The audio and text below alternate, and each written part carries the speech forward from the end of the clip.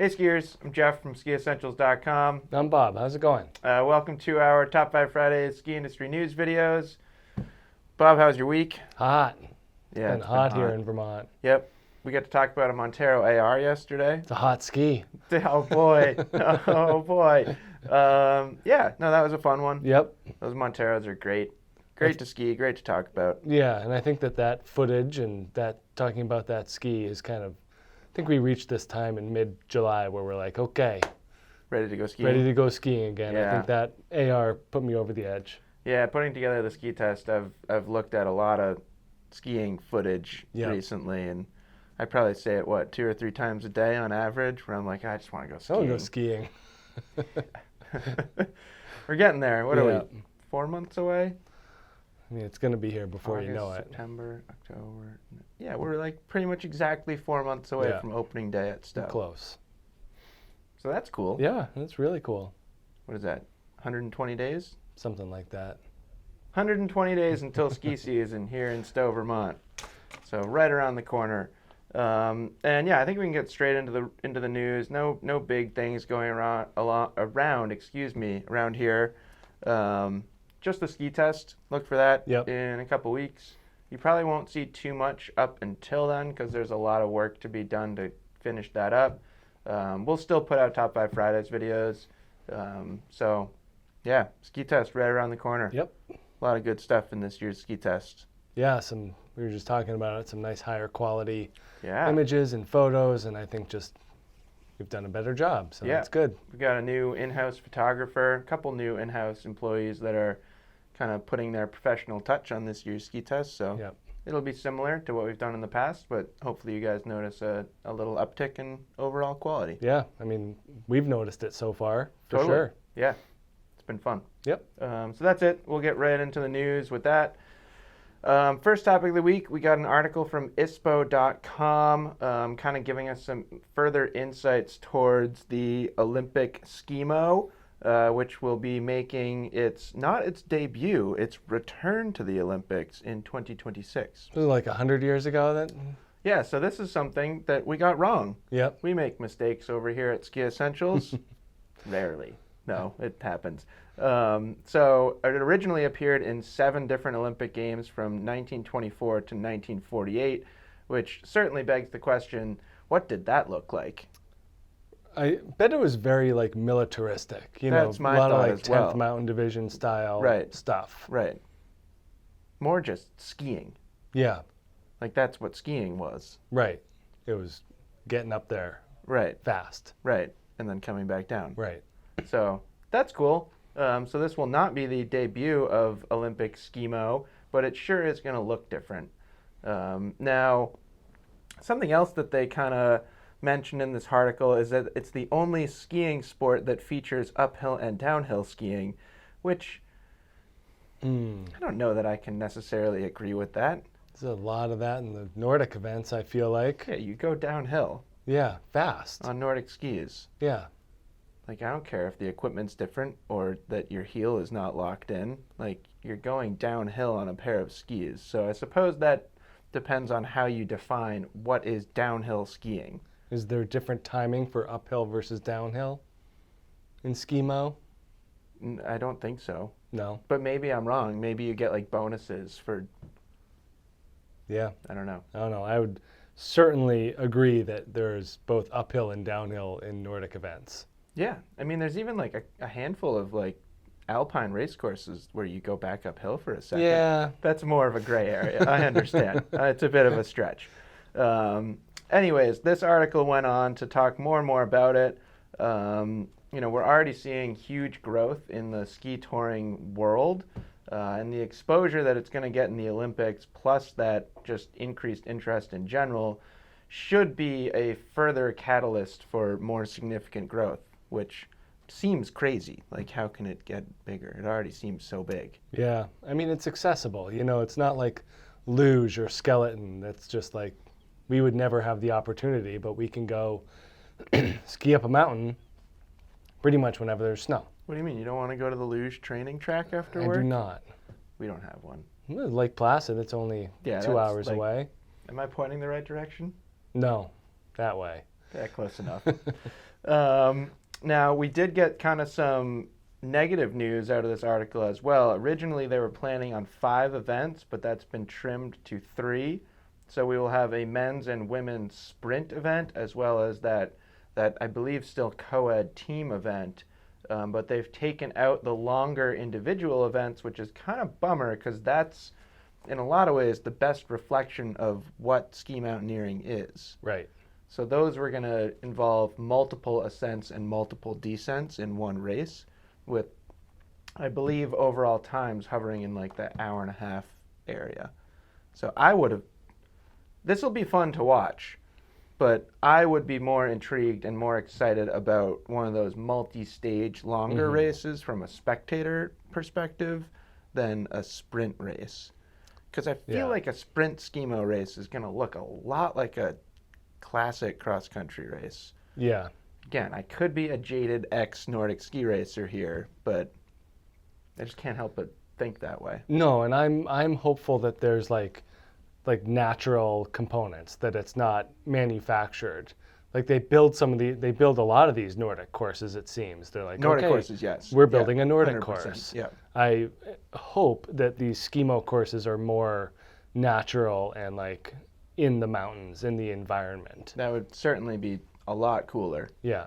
than if it was skinning up and skiing down nosedive. Right. Not to throw shade at all those people. No, but you'd have to do that like multiple times, you know. Yeah. I'm just hopeful that it has like a look of uniqueness to it. I agree. Yeah, because otherwise I feel like it could get lost. Yeah.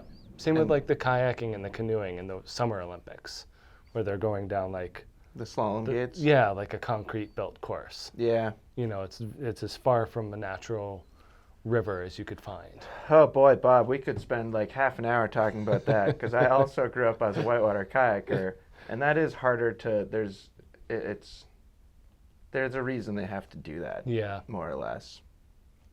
Summer Olympics are usually in the summer. Yeah. River flows are pretty variable in the summer. Anyways, we'll skip over the whitewater kayaking aspect of Top 5 Fridays this week, but some interesting information. Yep. Second topic of the week. This one is something that could potentially hit home for us, although we can so far say that we haven't seen any immediate results. The title of this topic is that the ski industry braces for supply chain interruptions due to the Russia invasion of Ukraine. Multiple factories are facing potential delays in production. Perhaps most notably the Fisher factory. Just after recovering from their fire, they were dangerously close to some Russian airstrikes. They temporarily closed for a month and a half at the end of February. They're since back up and running.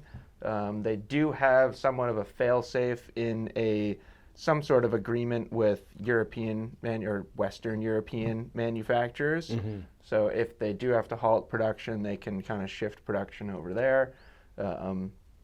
We also have factories from Technica, Rossignol, and Amer Sports all in Ukraine. And like I said, so far we haven't seen any immediate issues on our end, but certainly something that could change. Yeah, and it's amazing to see, just looking at the bottoms of all of these skis, how many of them are made in Ukraine. Yeah, I mean, the Fisher factory is huge. Yeah, it's a huge, area. Yeah, I think the Fisher factory produces like 50% of all skis that are sold in Europe. Yeah. So like, that's a lot. That's a significant number of skis. But yeah, I don't think there's any reason to panic yet. Mm-hmm. I have seen some amount of panic out there on the internet revolving this topic. Yeah. But we got a lot of skis downstairs. Yeah. There's a lot of skis right over there too. There's a lot of people out there buying skis too. You know, we see firsthand how fast these racks go. Yeah. Once people start firing up their wallets. So far, we haven't had any issues with our supply chain. And is that particle board, you think? Definitely some type of wood. There we go. That's closer. That's closer to actual wood. Third topic of the week. This is one that Bob and I, we spent quite a bit of time talking about. Bob, Bob, I'm just going to pose this question to you since the title is a question. Could communal van life be a partial solution to ski town housing? I would say that the partial aspect is the most. That's a pretty important word in that question. Like, is it this much partial or is it this much partial? Yeah. I would say minimal partial. Yeah. But sure. So as is common in these summer months, we're a little bit slow on real skiing news. So this is an article from Bloomberg that doesn't necessarily focus on the ski world, but there is some crossover, which we'll talk about. They highlighted a company called Kift, which is basically just like a Gen Z RV park for vans. Correct? As best as I can understand it, my Gen X brain can't quite wrap around this concept. Anyways, you park your van outside one of their community houses, and in that community house, you get access to kitchens, bathrooms, showers, and work areas, which sounds an awful lot like an RV park to me. I mean, it sounds like a house, but your bed is outside. Yeah. Like a communal house, but your bed is in the driveway. Yes. Which, again, sounds an awful lot like an RV park to me. Yeah, but excluding like hookups, like bathroom, you don't have a bathroom in your van. Right.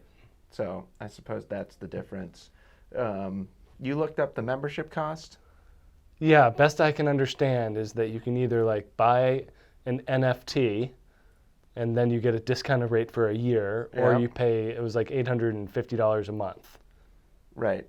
Like for the all year, the whole time. A significant chunk of change. Yeah, considering we're saying these vans they're $100,000 vans. You know, right. It's not like I don't think people are doing this in $15,000 vans. I was just thinking, like, I wonder if the company has any. We gotta dig into the fine print because I wonder if they have any restrictions on the type of vehicle. Like, can I go park my Volkswagen Golf there and just be like, I mean, it's basically a small van. Like, it's the same shape as a van. It's just smaller, and then sleep in the back of it. It's a very interesting website. It's very interesting.